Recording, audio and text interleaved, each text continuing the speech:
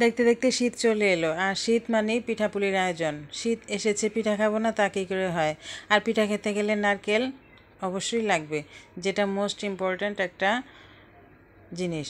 তো এই নারকেলটা কিভাবে খুব সহজে কুড়িয়ে নেওয়া যায় সেই প্রসেস ফলো করছি। এই নারকেল কুড়াতে গিয়ে কিন্তু অনেক কষ্ট করতে হয় আমাদের, তো সেজন্য এই সহজ প্রসেসটা তোমাদের সাথে শেয়ার করছি। নারকেলটাকে আমি ভেঙে পানিটা বের করে তারপর ডিপ ফ্রিজে রেখে দিয়েছিলাম প্রায় 24 ঘন্টা।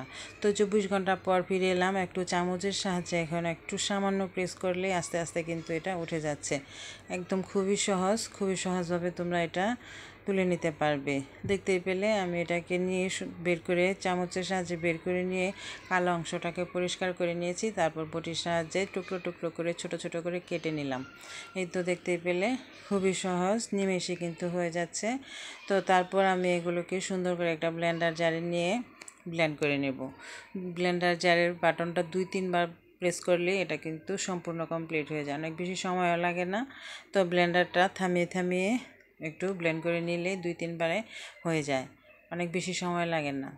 3-4 মিনিটের মধ্যে এটা কিন্তু কমপ্লিট। তো হয়ে গেল আমার নারকেল কুড়ানো। দেখতেই পেলে নিমেষে কত সুন্দর করে নারকেলটা কুড়িয়ে নিলাম। বন্ধুরা, এই প্রসেস ফলো করে তোমরা উপকৃত হবে। তবে আজকে পর্যন্তই, সবাই ভালো থেকো, সুস্থ থেকো, কথা হবে পরবর্তী ভিডিও।